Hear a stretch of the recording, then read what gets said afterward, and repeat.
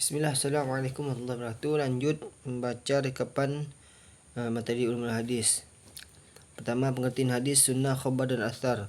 Hadis secara bahasa berarti dari kata hadatha yang berarti ucapan. Sedangkan secara istilah, segala sesuatu yang bersumber dari Nabi Muhammad SAW baik berupa perkataan, perbuatan, ketetapan. Contohnya, qala Rasulullah SAW, innamal a'malu binniyat. Lanjut ke pembahasan kedua, sunnah.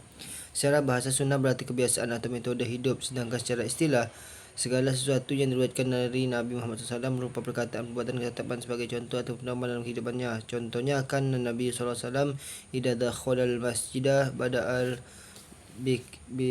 birak'ataini. Lanjut ke khabar. Khabar secara bahasa artinya berita.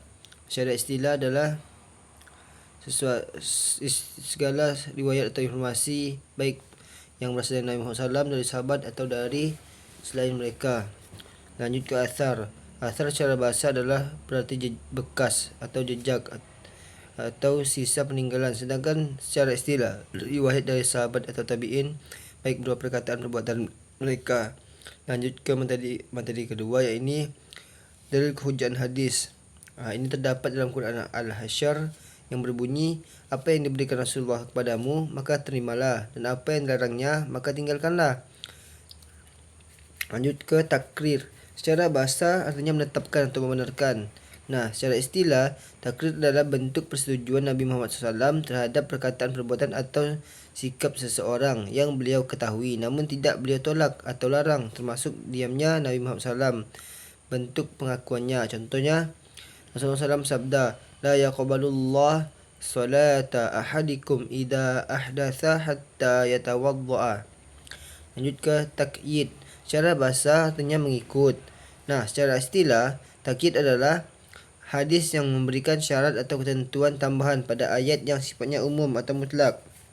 Lanjut ke tafsil. Secara bahasa artinya menjelaskan. Nah, secara istilah, tafsil adalah hadis yang menjelaskan secara rinci hukum-hukum atau ayat-ayat yang disebutkan secara global.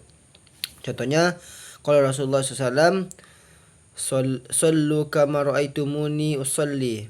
Lanjut ke taksis. Secara bahasa artinya mengkhususkan. Nah, secara istilah, taksis adalah ketika hadis mengkhususkan makna ayat Al-Quran yang datang dalam bentuk umum. Contohnya, khudu anni qad ja'alallahu lahunna sabila, al-bikru bil bikri jaldu mi'atin wa nafsu sanatin wa sayyibu bisayyibi jaldu mi'atin warajmu.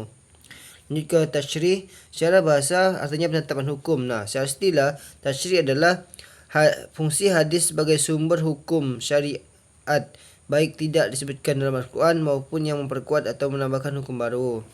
Dan juga materi ketiga, yaitu sejarah perkembangan hadis.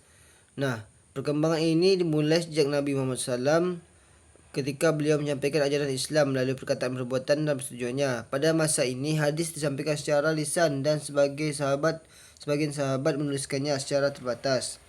Lanjut ke materi keempat, yaitu hadis dan kualitas sanad.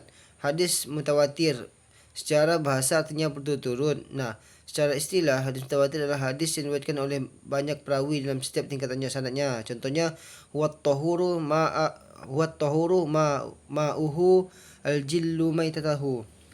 Lanjut ke hadis masyhur. Secara bahasa masyhur artinya terkenal. Nah, secara istilah, hadis masyhur adalah hadis yang pada awal periwayatannya diriwayatkan oleh 3 orang atau lebih, namun belum sampai derajatnya mutawatir. Contohnya, al-muslimu man salimal muslimuna min lisanihi wa yadihi. Lanjut ke hadis ahad.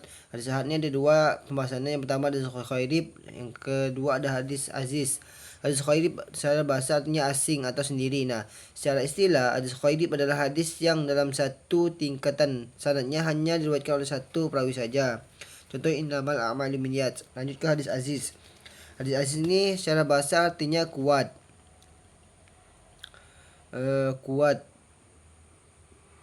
Nah, secara istilah, hadis aziz artinya hadis yang pada setiap tingkatan sanadnya diriwayatkan oleh minimal 2 perawi. Lanjut ke materi kelima, ini hadis secara kualitas sanad.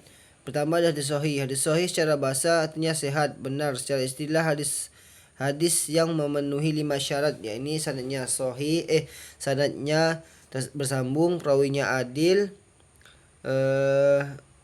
dobil, tidak ada ilat, tidak ada syadz. Lanjut ke hadis hasan. Secara bahasa artinya baik. Nah, secara istilah hadis hasan adalah sama dengan hadis sahih, namun dhabitnya agak kurang. Nah, lanjut ke hadis dhaif.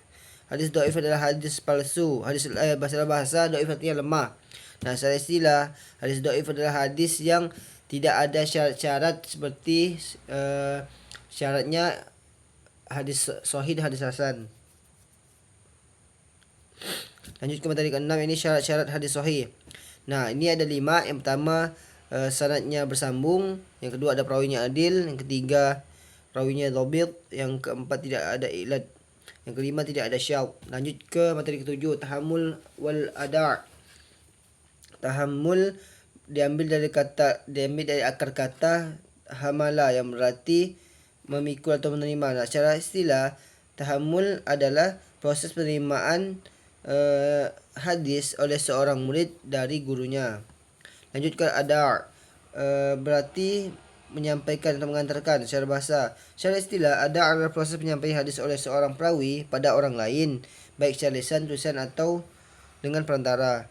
Lanjut ke materi ke-8, yang ini hadis maudhu'. Secara bahasa, hadis maudhu' diambil dari kata wadhu'a yadhu'u yang artinya meletakkan. Nah, secara istilah, hadis maudhu' adalah hadis palsu yang dinisbatkan kepada Nabi padahal beliau tidak pernah mengucapkannya, baik secara sengaja atau karena kebohongan.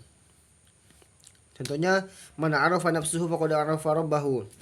Lanjut ke materi 9, rijalul hadis. Secara bahasa, rijal adalah bentuk jamak dari rajul, artinya laki-laki atau orang-orang. Nah, al-hadis kita ketahui itu artinya ketetapan atau segala sesuatu yang bersumber dari Nabi. Nah, secara istilah, rijalul hadis adalah hadis ialah ilmu yang membahas tentang para perawi hadis. Contohnya pada hadis yang berbunyi, idza mata ibnul adam in qata'a amaluhu illa min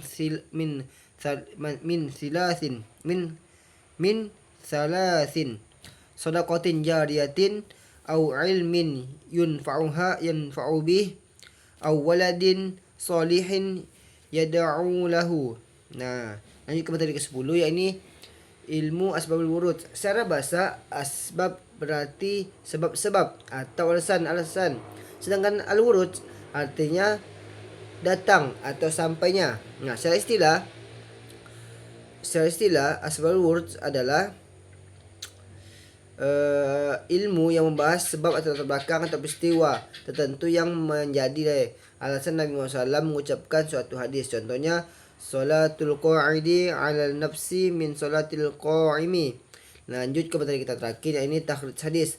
Nah, secara bahasa, takhrij berasal dari kata kerja kharaja yakhruju, yang artinya mengeluarkan. Nah, secara istilah, takhrij hadis adalah proses ilmiah untuk menelusuri sumber asal suatu hadis. Contohnya, mentakhrijkan dengan lafaznya, yakni dengan cara menelusuri hadis yang membuat kata.